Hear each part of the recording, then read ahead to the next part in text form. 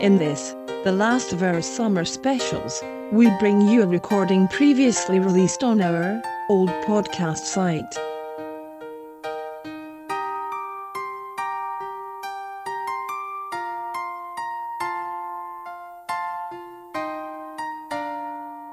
TFG Ministries presents our latest podcast. We hope you enjoy listening to it. So, welcome to another TFG podcast, and this time we're actually having a regular TFG Thursday lunchtime question and answer session. And who's got the first question? I thought we should have prepared this before we started. Well, no, I thought we were going to have something about when is Jesus coming back. Yeah, no, that was just... James, go on then. Wasn't there something about someone reigning for 1,000 years before Jesus comes?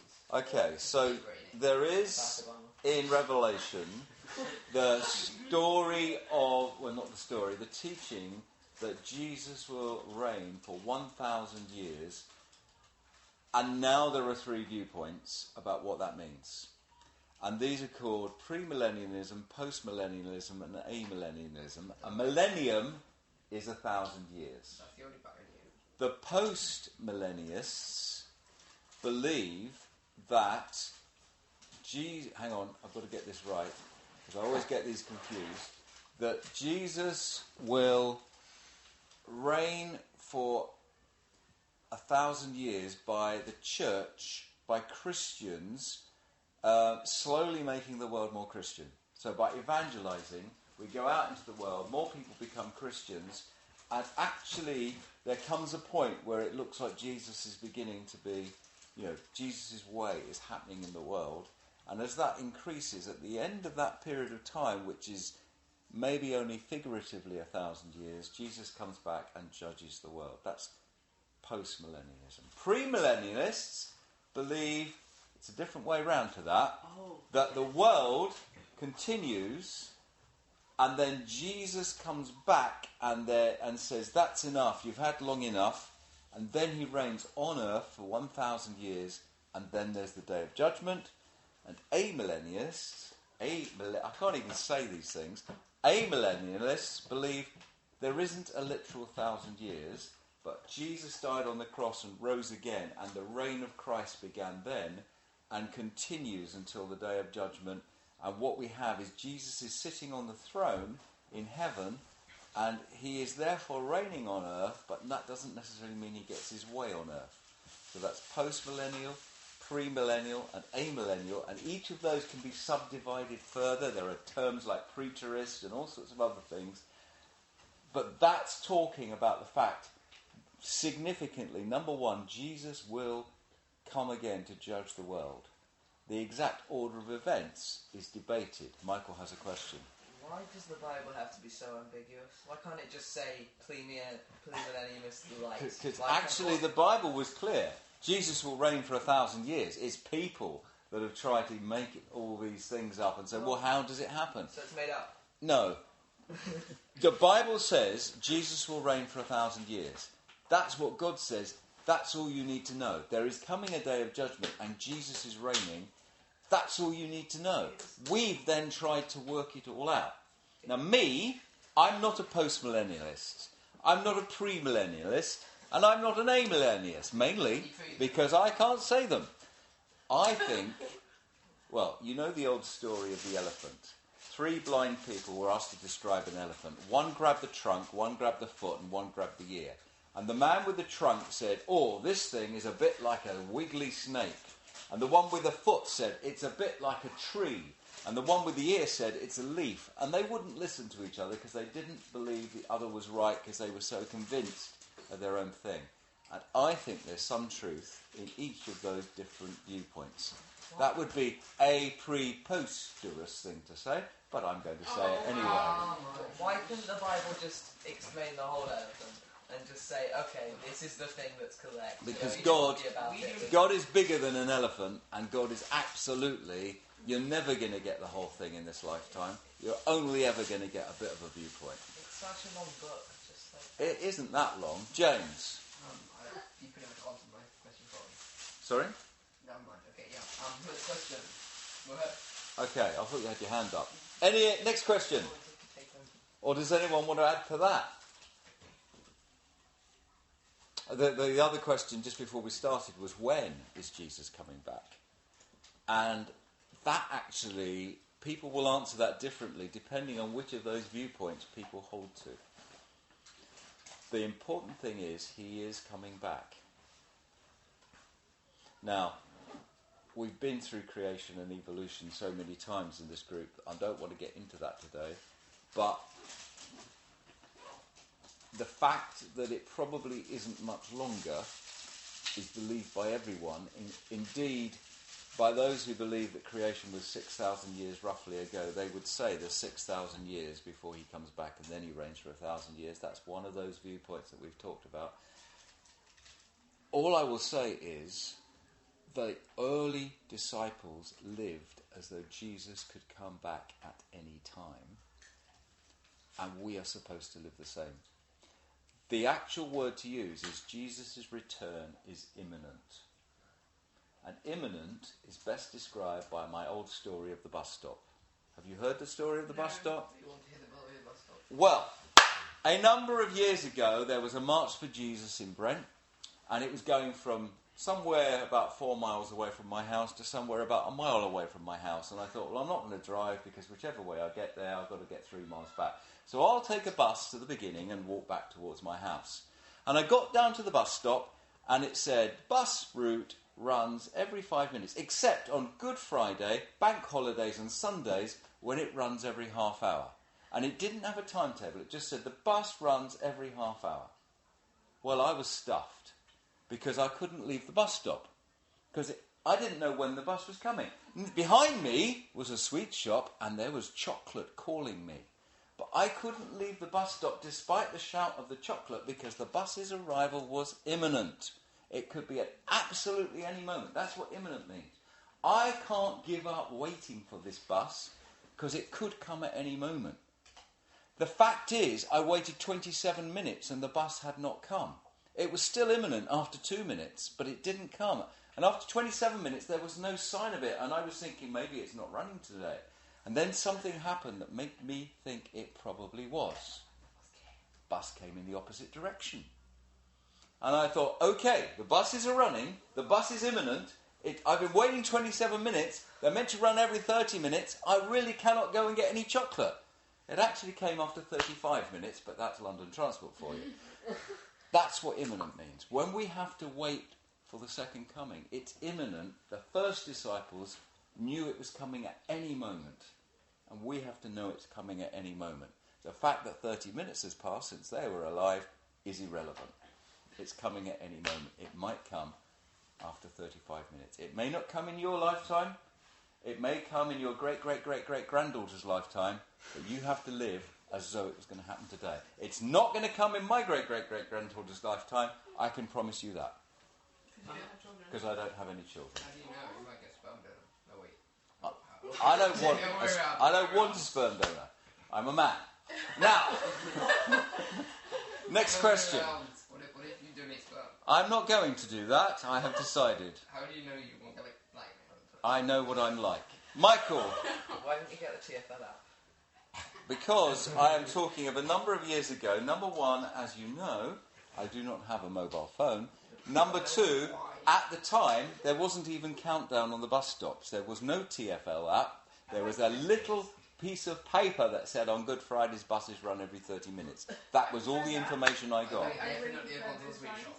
Because then, Half an hour. Debbie prefers the times of my youth. Carry on, why? because then you'd go to the bus stop and you wouldn't be in a hurry because you would have planned that I could be waiting for the bus for this long. Yeah. But now what you do is that you check the app. If it's coming in 2 minutes, you make sure you get to the bus stop in time. Because the bus stop is right in front of my house, so I leave my house in 2 minutes. Oh, yeah. Yeah. So you're always leaving it to the last minute. Yeah. Okay, and that's what we shouldn't do. We should be prepared for Jesus and or the bus. It's never failed you. See what I mean? Honestly. Okay, next question. Yeah, but if it's live, then it doesn't matter. Shall we change the subject? Who's got another question? It's I don't know. Who's got another question? What was that accent? That was my who's got another question accent. Why didn't you go and just then? Pardon? Why didn't you go and just then? What are understand what you're saying. Because when I answered you, I was in my answering a question accent, not my who's got another question accent. Okay, who's got another question? No one. You've had 3 or 4 weeks of not coming to these meetings and you haven't got a line-up of questions. It's all been flushed out of systems. It's not good. No, no. Let's get back into the habit. Hello, Sorry, miss. I'm late. That's all right. Miss, do you have a question? What about? We've dried out the questions at the moment. Oh, on anything? On the topic, basically. What's the topic? God. Very narrow. How I spend my lunch hours. Right.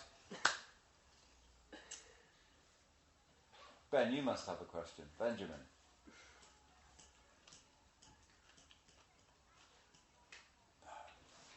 Why is there evil and suffering in the world? Why is there evil and suffering in the world? Well, you groan. You groan. Give it an answer then. If you groan, give it an answer. Use your situation ethics. Come on then. Why is there evil and suffering in the world? Conscience. Church. What's the one? Bible. Bible? Church. Church of the creeds. The creeds of the church. Free will. Yeah, the free will. Free will comes into everything. Yeah. I've got time for all of us. So, something to do with free will. God has a plan for all of us. God has a plan for all of us, which is evil and suffering, yeah? No? Yeah, there's another point which is like, God knows what is best for us, which is exactly the same, but it's on the syllabus. So you're now saying that God pre-programs your life? He knows everything that happens, so in theory, yeah. Well, that's not quite the same. He knows everything that happens, basically. He chooses to not do what he wants. But yeah, the problem is that if God was omniscient, he would know how to forgive and suffering. If he was omnipotent, he would know how to... But he knows how to. You're trying to He would disprove be how able God to. exists. I'm saying This is the argument, and then I'm going to say after why he exist. Okay, well, what do you think? I was just helping you get work. No, I mean, not that. No, I'm saying it wrong way. Okay, so that's your RE exam sort of thinking, and it doesn't get you anywhere if it just leaves you crashed like that. So let's see if we can find a better answer to why is there evil and suffering in this world. Yeah, you want to bring an RE textbook? No, forget the RE textbook, because that doesn't go deep enough. Michael. Because without pain, people wouldn't know what a bad thing is, and so evolution programmed pain into our brains so that we wouldn't. So we would know not to do bad. Okay, evolution program pain. So you're saying evolution is an intelligent thing. No, I'm saying over time. But why would it program something in if it wasn't able to make decisions? Yes? Well, games is free will, and most of the evil in the world is moral evil, so it's not evil. Okay. We keep getting the RE answers out of this. The question, Greg, is why is there evil and suffering in this world? Year 9 wants to know. God predestines it. Oh, I knew Greg would bring in predestination. Right. Anyone else want to have a go? Everything, really, every answer you ever get to goes back to Genesis. Genesis has everything in it. Yeah. And it starts with God making everything and saying everything is very good. So there was no evil and there was no suffering in the world that God set up and the world that is God's plan. And that's the beginning of the Bible. It's also the end of the Bible, because the last couple of chapters of Revelation, the world looks wonderful again. And God has a beautiful place. And it's called a garden in Genesis. It's called, it looks like a garden in Revelation because it's a river and there are trees and all that sort of stuff. That's God's plan. So the mess up in the middle isn't God's plan. And that's the first thing. This is not God's plan. Evil and suffering does not start with God, and it doesn't come from his plan. Does that help anyone to go any further? So yesterday I had my prayer meeting at my house, and one of the young ladies, she's pregnant for the first time, so her and her husband came round, and they were told that this baby's going to be deformed in some sort of way, but not what's the other? Well, it's the Down syndrome. Not that. It was I don't know. They had a name for it. Mongoloid? it's to do with the chromosomes not being right. So they're saying that this child's going to have is right. It's not in proportion and stuff. And basically, you should think of an alternative, which is either abortion, or if you go through 9 months, you're going to give birth to a baby that will only last. It can't live. It's going to die straight away, basically. So she came round, and we said, well, we need to know God's will. And then she was, but I know friends who are Christian, serve God, who have miscarriages and lost babies. And so what if this is not God's plan for me, my life? And she was saying, what if God wants me to have this, go through this? And so it was really sensitive because, she compared to other Christians, and they had this happen to them. So we just went into time of worship first because we didn't know the answer first. And we just asked Jesus to come and just reveal to any of us what his plan is. And it was funny because all I got was, what does my word say? What does my word say? So when we looked up scriptures about children, it says, your children will be blessed, they are fearfully and wonderfully made. I was knitted in my mother's womb. Before any person saw me, you saw me first, my substance. We just saw all the promises of God were good. They were good, they were life, they were fullness, they were complete. It's a beautiful picture. And it's according to our faith. It just felt like, well, according to your faith. So then another person in the group said that they saw Moses and the Red Sea part, and all things are possible for God if you believe. And so we then felt that was what God was saying to us. And then we started praying for that child according to God's word and saying, we speak life in this situation. But when she's 29 years old, so she came by saying, but what if, because it's happened to other Christians, people who serve God, what if this is God's will for me? How would, do you want to add to that? Okay. So, ultimately, it isn't God's will, because God created good, it ends good. This mess is not God's will. But that doesn't mean that everything's great, even for Christians. And we must pray for that child and that mother and that father at some point. But it doesn't mean it's great, even for Christians. So why? Why, if God's will is perfect and God's end will is perfect, why is this mess here?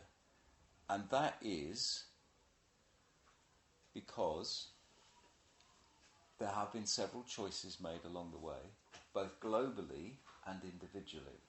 Now, I am not saying, to take that example, that person has made terrible wrong choices and this is the wrath and the punishment of God, because the Bible says that is not what happens.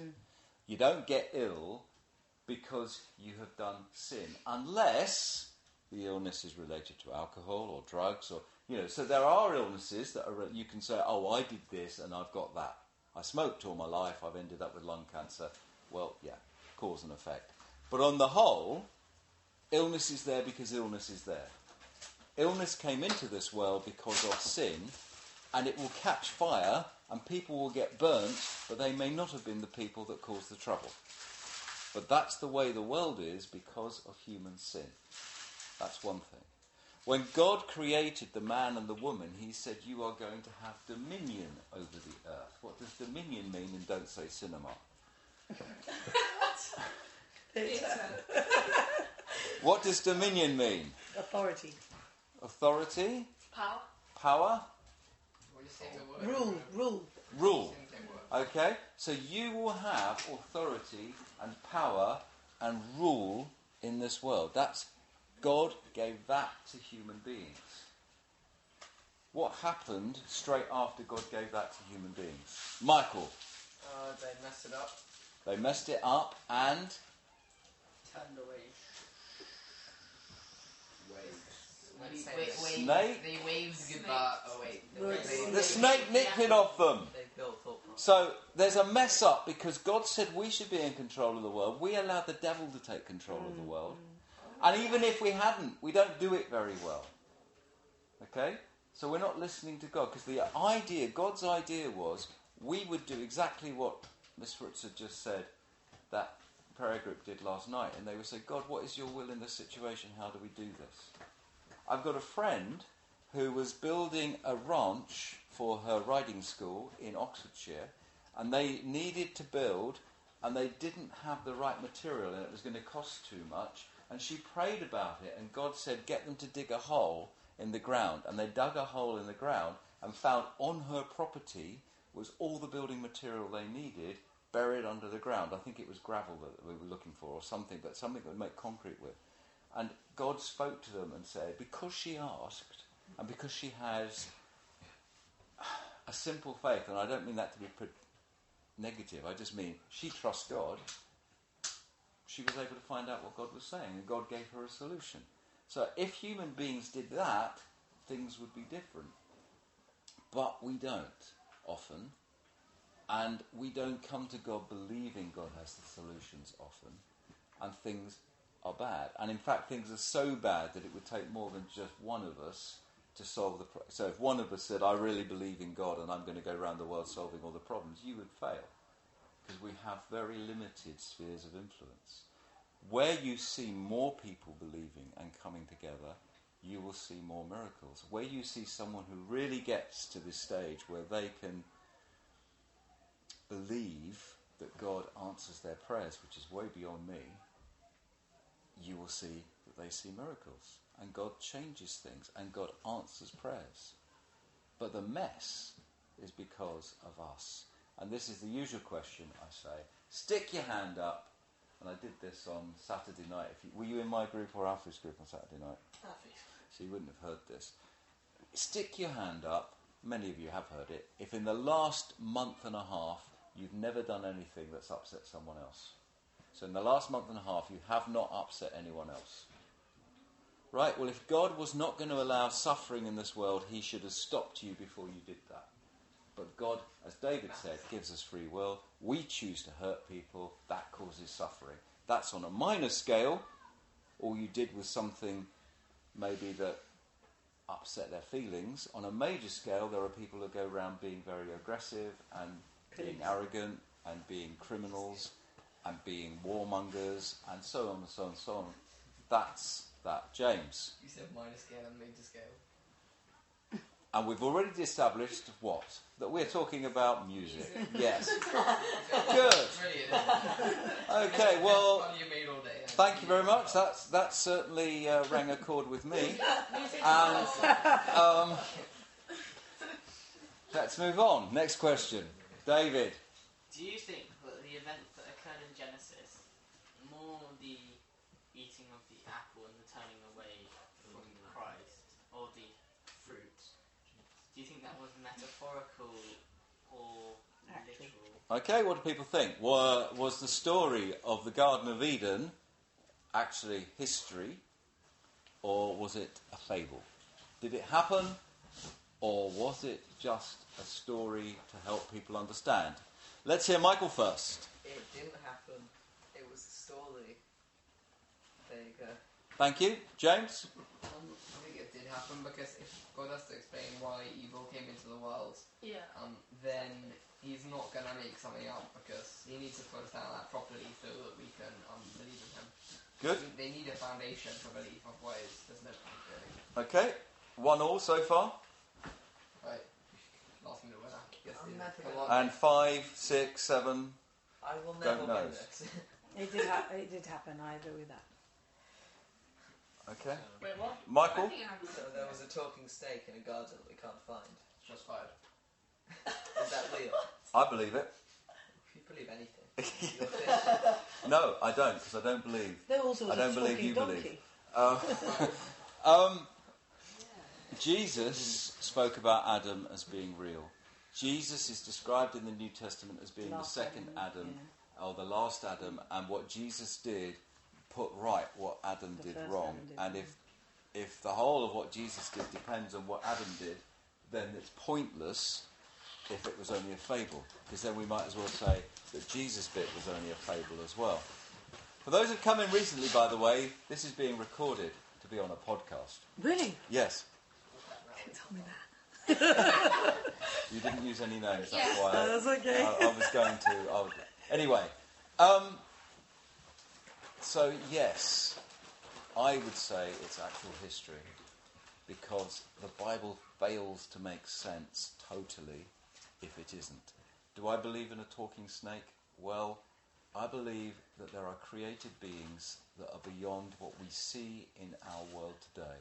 There is a word in Hebrew called seraph, from which we get seraphim, which are a type of angelic being. In the book of Numbers, at one point, because of the sin, a lot of snakes, which are described in the NIV as poisonous snakes, come around the people and start eating them. And Moses has to make a bronze snake. I think this is Numbers 22. And they look at the bronze snake and they see that they are healed. But the reason I'm saying this is because the Hebrew words are fiery snake, and fiery is seraph, serpent. But in one of the verses, God just tells Moses, he doesn't say make a snake, he doesn't say make a fiery snake, he says make a fiery, make a seraph and put it on a pole. It gets translated as snake in our translations because make a fiery doesn't make any sense. And I believe, because the devil is described as being a fallen worship leader in heaven, that he was probably a seraph. We meet the seraphs in Ezekiel. We see the living creatures in Revelation, which are practically the same. There's 4 of them there. Possibly there was a 5th. They're the worship leaders in Revelation. Satan was probably another one of them. And that's why he was appearing as a snake, because the fieries, the seraphs, look like snakes, but they're not worldly beings, maybe. They're heavenly beings. Because in the Garden of Eden, heaven and earth were mixed. In Revelation 22, heaven and earth are mixed. Hearth, or was it Evan? If Jesus came down to light Adam's lungs, is a third person going to come down to light Jesus' lungs? And well, which wrongs did Jesus do, Michael? He could go down unripping tables. Unripping tables. The only wrong you can think Jesus did was he turned a few tables over. Yes. Agree? Yeah, are you agreeing with that? Turning the tables. I think now there are more. There are more, are there? Okay. They didn't like everything he did now. Didn't he run away from his parents? When he was quite young. He didn't run away, they ran away from him. Oh, yeah, okay. They went to church together. The parents went off and left the city without checking he was there. I don't think that's his fault. You know. He gets done for that nowadays. Have you seen Home Alone? It was the kid's fault. No one is going to come to right the wrongs that Jesus did. Firstly, because he didn't do any. He was sinless. And secondly, because what he did was brought human beings back into relationship with God. And Adam took human beings out of relationship with God. And that is the essential thing. That's the story. Humans were in relationship with God. Adam failed in that relationship and led people away from God. Jesus made possible not just that people could talk to God as they had done through the thousands of years in between, but that they could be totally immersed in God and him in them and have a close relationship once more. But he didn't, because at the start everyone was in a relationship with God, and now only some people are. And at the end, everyone will be in relationship with God. 68.2%. Okay? By end of Revelation, everyone is in relationship with God. Some of them, briefly, as they're in a relationship with God, they realise who he is, and he says, depart from me, and casts them out. But they've all come to a point where they've stood before God with the opportunity to embrace him and say, forgive me through Jesus' blood. Some will say, I don't want that, and they will go away from it. But all will be in a relationship with God for a moment or for eternity, and that's their choice. But Jesus has made that possible. Because it says he takes away the sin of the whole world. Not just of people who say, forgive me. All sin was dealt with on the cross. No sin is undealt with. Our responsibility is to say thank you and accept what he has done. But he's done it for everyone. And in the end, it's only whether we accept it or not. That's the only question about eternity for us. So, I thought sin was the cause of all evil and suffering. It is. Now, there is no sin, because Jesus took it all away. No, Jesus took it all away by taking the punishment for it. So everything ever done wrong, Jesus took the blame for. I will use the example I used on Saturday night, because I think it's quite a good one. Think of the worst person in your year group. Don't name them. Don't name them. Don't name them. They're probably in this room. Think of the worst person in your year group. What do you mean by worst? Badly behaved. Most badly behaved person in your year group. And now imagine going up to Mr. Bennett and saying, sir, you remember, you know Basil, or whoever it might be. You know Basil? I want all Basil's negative conduct points. I want him to have all my positives. I want Basil's school report at the end of this year. I want him to have my school report. I don't want you to tell my parents what I've done. I just want that transfer. That's what Jesus has done for us. Take all your negatives and gave you his positives. And don't get any negatives by being late. Have a nice afternoon. See you next week. Monday for worship. Wednesday we are doing Bible study. And Thursday we will do more of this. You've been listening to a TFG Ministries podcast with Jeff Lumley. Why not listen to our other podcast stream? You'll find the link at tfgministries.org.uk/podcasts. Thank you for listening. That web address is no longer valid. For all our podcast links, please visit www.lumin.org.uk/podcasts.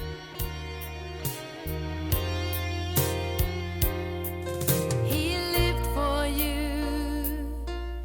He died for you. How can you doubt that he's forgiven you?